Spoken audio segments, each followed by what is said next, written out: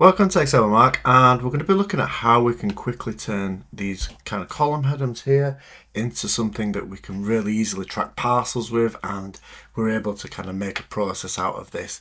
And we can see that we've got a couple of headings already here with tracking, packed, sent, delivered and status. But what we're going to do is look at how we can build this out and make this into something that's usable with us within Excel.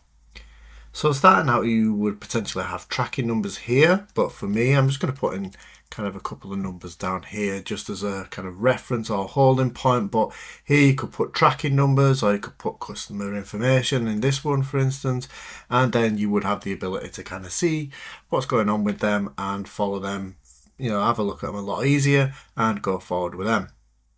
Once we've done that, we then need to select this area that we have, and these can be extended so you can have separate ones, or even more, even less, depending on how you want to play it. And what we're going to do is we're going to insert, and we want to insert what we have here, which is checkboxes.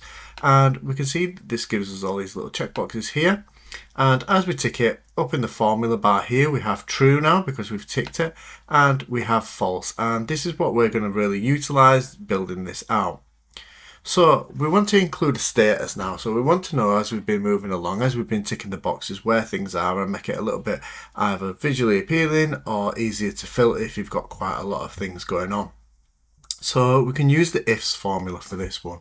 And we're going to start out, and we need to work back to front in this one, because if we work front to back, for instance, then it will always take this as the main one, where we want to know this status first before we would ever kind of know this one. As we slowly move up, we need this to override kind of everything else rather than this override that way. So working backwards, then we're going to look at this first cell. So we have E4 here, and we can just select it and we can put in equals, and we want to know, is this true? So if this is true and we have a logical value, then we want to equal this to E3. So once we've selected E3 or the status, we can then press the F4 key, which then gives us these dollar signs. And using these dollar signs, that will lock in that cell there, and we can see that we get these little, what they call ants moving around, or dotted lines, and that locks in that cell there for us. So then moving back to the next one, in the sent column, we now have D4. Again, we want to know if this is true. And we can again lock this cell in, so we want this status to be sent. And for the final one that we're using, and again you can add more of these if you want to do, we want the C4, and we need this to be true. And if this is true, then we can lock this in there to the C3 cell that we have. Again, locking that over in the dollars there, pressing the F4 key. And for the final status that we're going to use a little bit of a different formula. We're going to use count if. And we can see that using the count if, we get the range here. So the range that we have for this is the C4 to E4. And rather than true as the criteria for this one, we want to know if all four of these are showing false. If all four of these are showing false, then we can say potentially not ready. Again, closing the quotation marks and closing the brackets there that we have. So once we've done that, we can press the enter now, and we can see that we get the status of not ready because none of them are ticked now. Where if we tick this one, we can see we get sent. If we tick this one and this one, it will always take the furthest along the process, which is why we have to work back to front, as we can see now. So even if we click delivered and clicked over onto this one, I'll do it on the one where I actually have the formulas, then we can see that we have delivered because it is the first status that it comes to. So when it's working its way through the different formulas, as we have here, so E4 equals true, it's the first condition that it hits, and that's why it will work that way for us.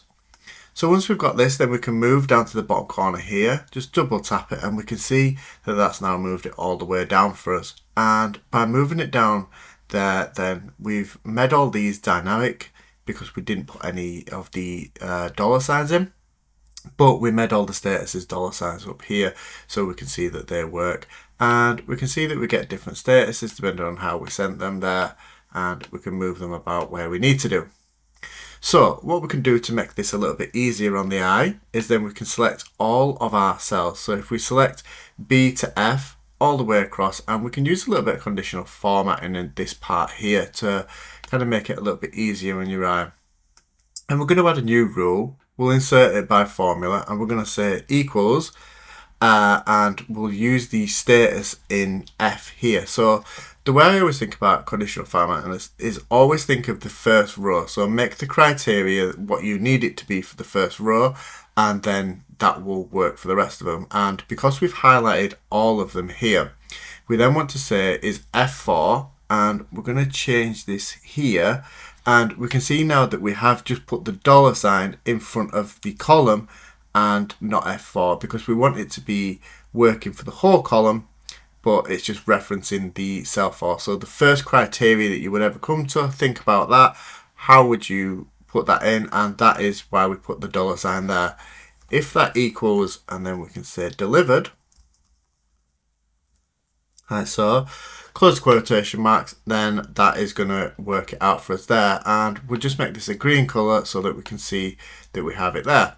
We can press the OK, and we can see now that we have the delivered that will highlight itself green. And because we selected the whole area here, then that's why we get it across the whole line there.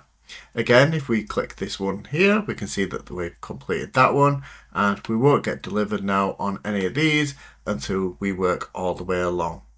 So hopefully it's nice and easy there, just an explanation on how you can quickly build a tracking system for if you've got a lot of parcels going out, what's going on with them.